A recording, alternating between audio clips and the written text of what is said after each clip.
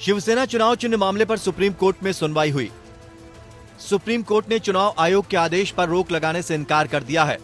चुनाव आयोग ने इस निर्णय में एकनाथ शिंदे गुट को असली शिवसेना के रूप में मान्यता दी थी और उन्हें शिवसेना नाम और अपनी पार्टी के लिए धनुष और तीर के प्रतीक का उपयोग करने की अनुमति दी थी। प्रधान न्यायाधीश DY चंद्रचूड़ और जस्टिस PS नरसिम्हा और JB पारदीवाला की पीठ ने हालांकि प्रतिद्वंदी उद्धव ठाकरे गुट को ज्वलंत मशाल प्रतीक का उपयोग चिंचवाड़ और कस्बापेट उपचुनाव में उपयोग करने की स्वतंत्रता दी थी। कोर्ट ने कहा, हम आज चुनाव आयोग के आदेश पर रोक नहीं लगा सकते।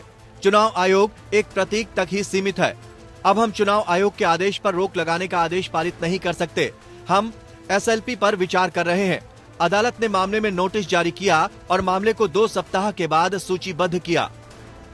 अदालत के यह आदेश उद्धव ठाकरे गुट द्वारा चुनाव आयोग के आदेश के खिलाफ एक याचिका पर आया, जिसमें एकनाथ शिंदे को वास्तविक शिवसेना के रूप में मान्यता दी गई थी और उन्हें शिवसेना नाम और धनुष और तीर के प्रतीक का उपयोग करने की अनुमति दी गई थी।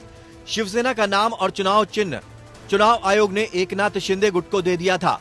चुनाव आयोग के इस फैसले के बाद एकनाथ शिंदे के नेतृत्व वाले गुट ने सुप्रीम कोर्ट में कैविएट दाखिल कर दिया था।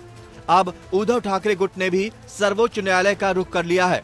उद्धव ठाकरे गुट ने निर्वाचन आयोग के आदेश को दोषपूर्ण बताते हुए इस पर स्टे लगाने की गुहार सुप्रीम कोर्ट में लगाई है। ठाकरे गुट की ओर से सुप्रीम कोर्ट में दलीलें देने वाले सीनियर एडवोकेट कपिल सिब्बल के मुताबिक याचिका में निर्वाचन आयोग के आदेश में कानूनी खामियों के आधार पर फैसले को चुनौती दी गई है।